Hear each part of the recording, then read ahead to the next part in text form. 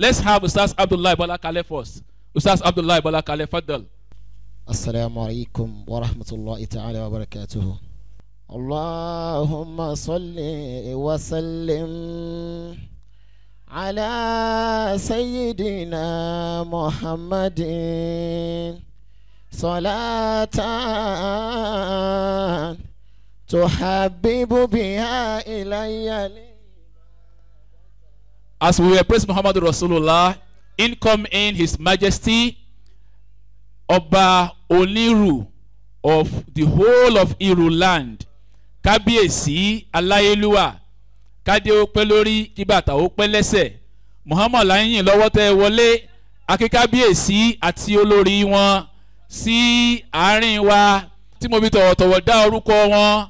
Abdul Wasin Ọmọgbọ́láwọn, Muhammad Awwal àti olórí wọn Alhaja Mariam Muhammad Awwal Ọmọgbọ́láwọn, akíyín ẹ káàbọ̀ sáàrin wa. Muhammad láyìn lọ́wọ́ lẹ́wọlé. Muhammad sì pa wá láṣẹ wípé inú àwọn tá gbọ́dọ̀ máa pọ́nlé òun làwọn ọba àlùwà. Ẹ káàbọ̀ sáàrin wa. You were here with us last year and I really did enjoy your speech. It was a very good one. I look forward to listening to today's speech as well. You are welcome, sir. Kábíyèsí Aláyélúwà, Kádé ó pẹ́ lórí, kí bàtà kó pẹ́ lẹ́sẹ̀. Olórí ọba, ẹ káàbọ̀ sáàrin wa. Ọlọ́run bá wa pẹ̀lú yín. Muhammad láyìn lọ́wọ́. Sallallahu alayhi wa sallam. اللهم صل وسلم على سيدنا محمد صلاة تحبب بها إلي العبادة والحسنات وتنكي بها قلبي من جميع الظلمات وترحمني بها في الآيات وفي الممات يا رب العالمين. أعوذ بالله من الشيطان الرجيم. بسم الله الرحمن الرحيم.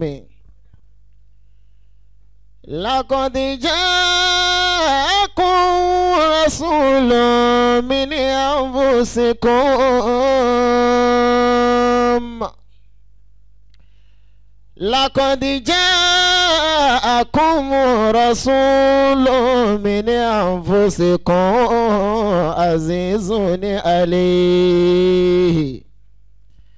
عزيز عليه ما أنتم حريص عليكم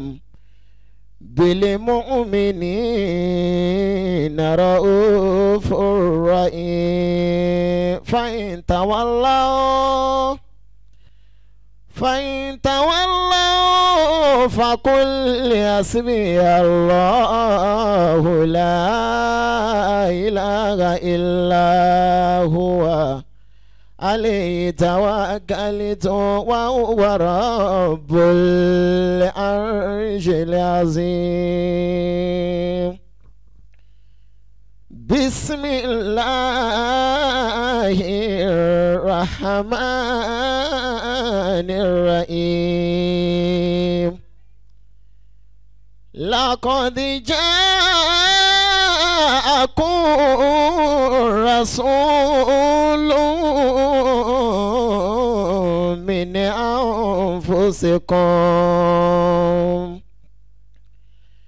لقد جاءكم رسول من أنفسكم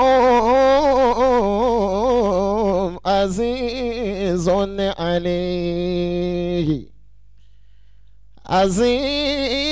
عليه ما أنتم حريص عليكم بالمؤمنين رؤوف رحيم. فإن تولوا فإن تولوا فقل حسبي الله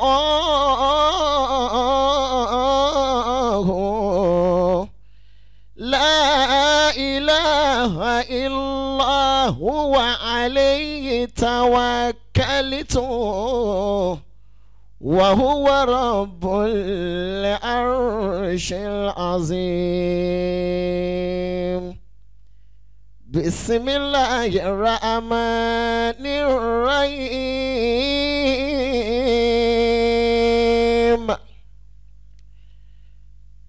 لقد جاءكم رسول من أنفسكم عزيز عليه ما أنتم حريص عليكم بالمؤمنين رؤوف رحيم. فإن تولوا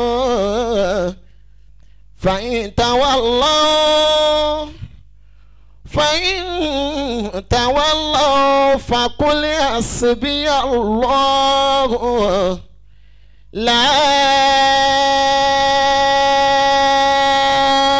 إله إلا هو عليه توكلت وهو رب العرش العظيم. صدق الله مولانا العظيم.